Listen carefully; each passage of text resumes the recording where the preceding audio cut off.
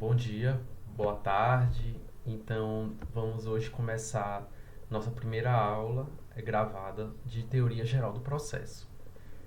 De acordo com o que nós estudamos na aula passada e o que foi debatido, eu acho que é importante retomar alguns conceitos básicos que são fundamentais para compreender este ramo do conhecimento nas ciências jurídicas.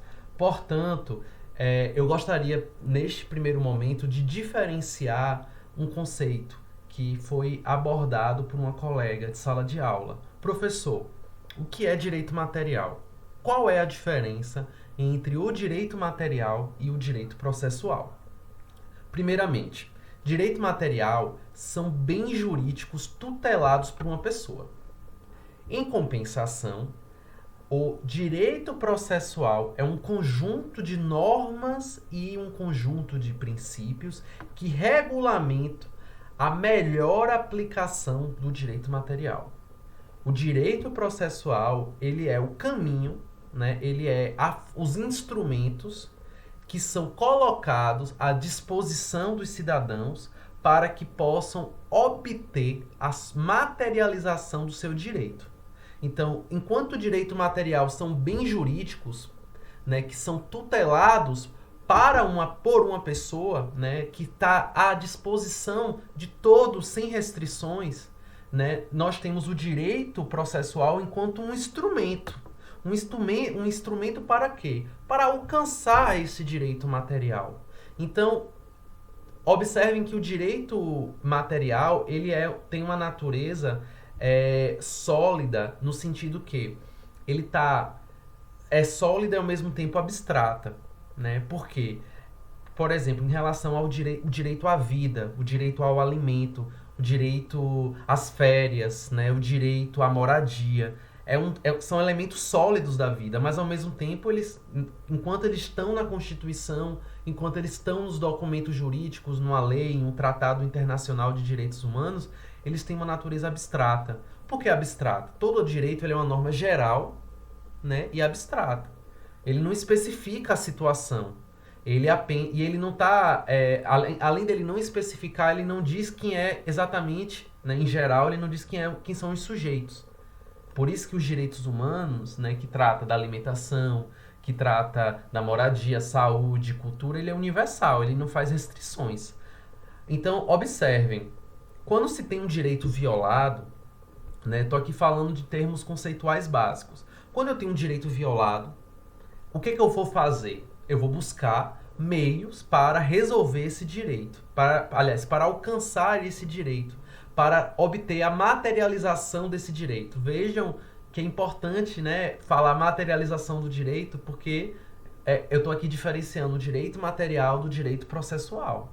Então, quando eu tenho um direito violado, uma das formas, veja, como foi falado na aula passada, uma das formas para se alcançar, né, o meu direito é procurar o Estado. O Estado, ele não é o único, mas talvez seja o mais importante, né, espaço, né, para que nós possamos lidar com um conflito, com uma lide.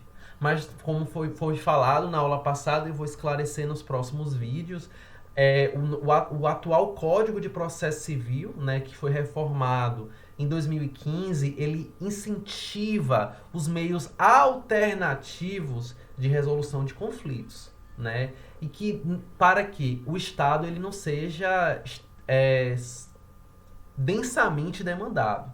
Então, observem, direito material, um bem jurídico, é um patrimônio, né, social, é um patrimônio humano, dos seres humanos. Né, um patrimônio no sentido da sua imaterialidade, ou seja, nem todo patrimônio é um objeto. Né? Os patrimônios eles também têm sua natureza imaterial.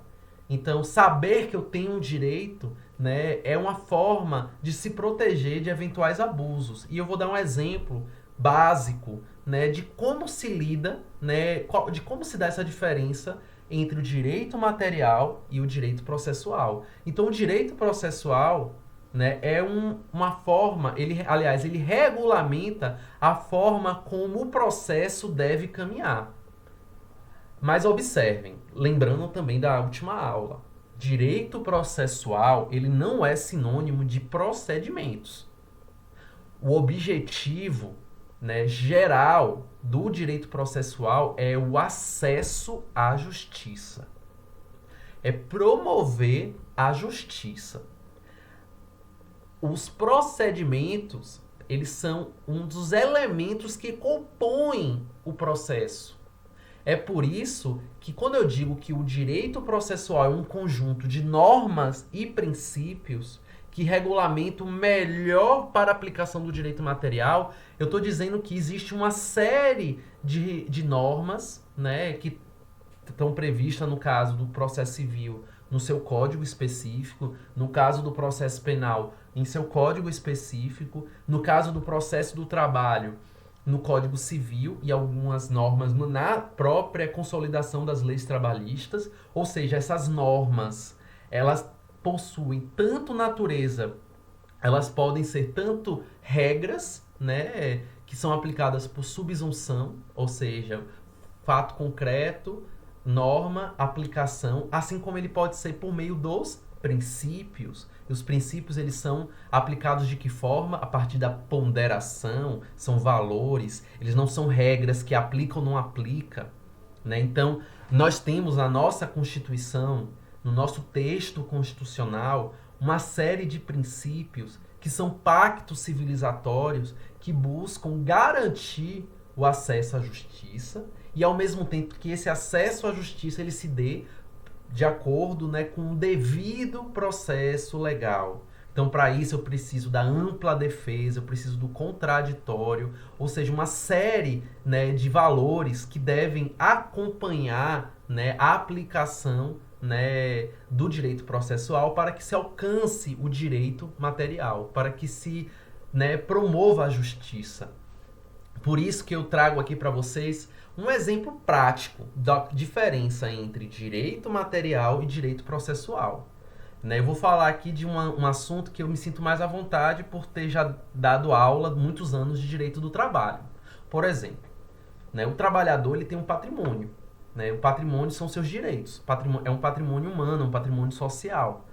Seus direitos são quais? Né? Eu tenho direito a uma jornada de trabalho limitada. Caso essa jornada ela extrapole, eu tenho direito a hora extras, eu tenho direito ao descanso, né? Eu tenho direito ao descanso intra-jornada, ou seja, no mesmo dia, né? O almoço, né? O cafezinho. Eu tenho direito interjornada, ou seja, entre um dia e outro eu tenho que descansar pelo menos 11 horas. Eu tenho direito a uma remuneração pelo dia de descanso também. Eu tenho direito a um descanso semanal.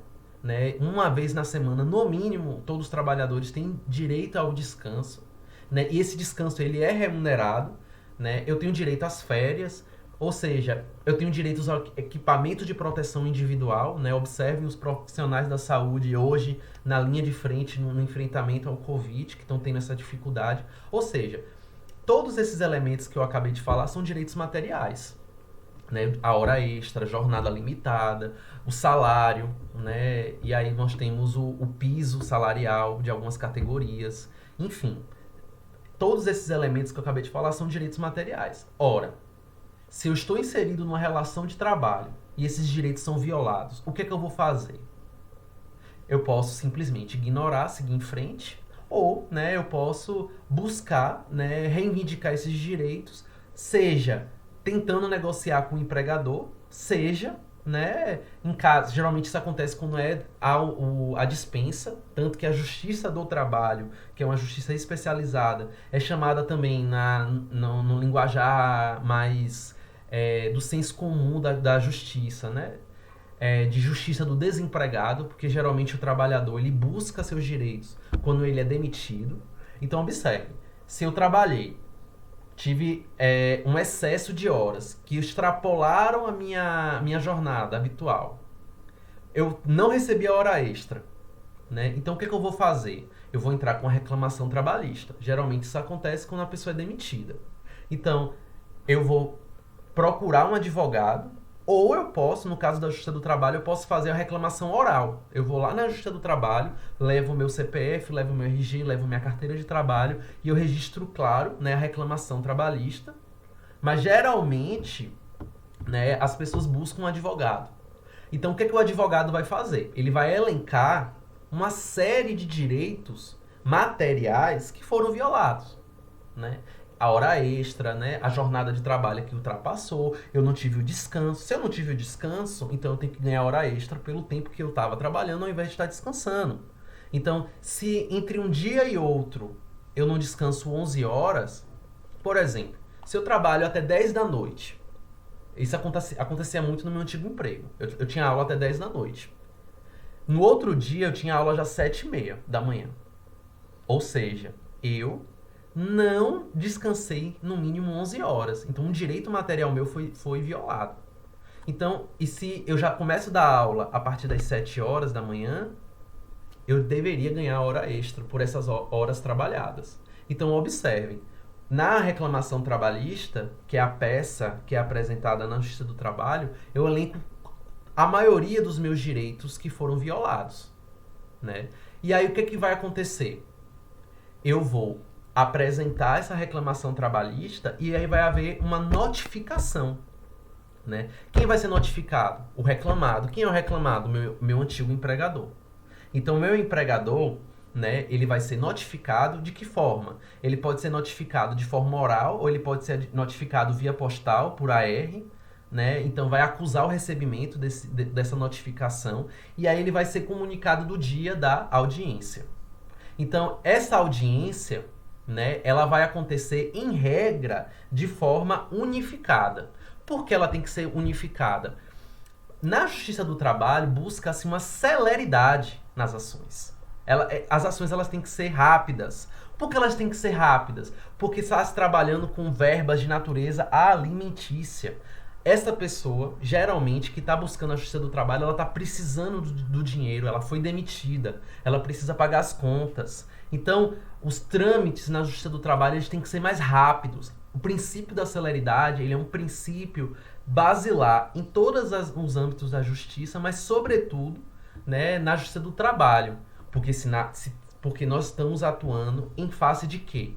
De um âmbito, né, de uma situação que envolve um direito alimentar. E o direito alimentar está ligado ao direito à vida, está ligado ao direito à dignidade da pessoa humana. Então, observem, nós temos a reclamação trabalhista, nós temos a notificação e aí nós temos a audiência. A audiência é uma audiência una, né, em regra, nem sempre. Ela é contínua, ou seja, tenta-se no mesmo dia tenta-se a conciliação. Se não conciliou, produção de provas. Se produziu provas e já tem uma conclusão naquele momento, a audiência de sentença.